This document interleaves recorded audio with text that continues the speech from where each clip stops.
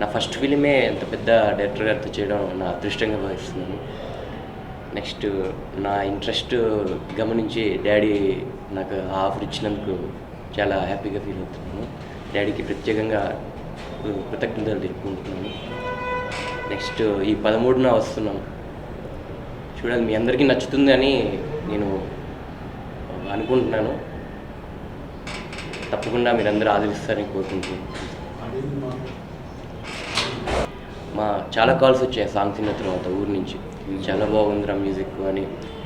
చాలా హ్యాపీగా అనిపించింది. ఆ కాల్స్ అటెండ్ చేస్తూ మాట్లాడుతున్నప్పుడు చాలా హ్యాపీగా ఫీల్ అయ్యాను. మ్యూజిక్ హిట్ అయింది, అలాగే సినిమా కూడా హిట్ అవుతుందని నేను గట్టి నమ్మకంతో ఉన్నాను. Thank you.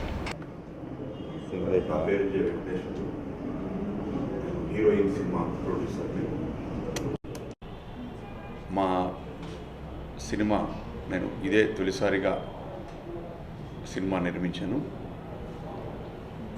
ఈ సినిమాకి భరత్ పారేపల్లి గారి డైరెక్షన్లో కథ తయారు చేసి వారి డైరెక్షన్లో సినిమా తీయడం జరిగింది. ఈ సినిమా తెలుగు ప్రేక్షకులకి బాగా నచ్చే విధంగా పల్లెటూరు వాతావరణం నుంచి పట్టణ వాతావరణం వరకు ఒక మంచి మరి కింది స్థాయి ప్రజల నుంచి పెద్ద స్థాయి ప్రజల వరకు ప్రేక్షకుల వరకు చూసే విధంగా ఈ సినిమా బాగుంటుంది. ఫ్రైడే 13వ తారీఖు రిలీజ్ అవబోతున్న హీరోయిన్ సినిమా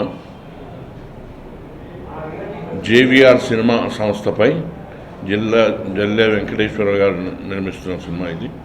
దాన్ని నేనే డైరెక్ట్ చేశాను. కథా స్క్రీన్ ప్లే డైరెక్షన్ నేను, మరుదూరు రాజా గారి డైరెక్షన్.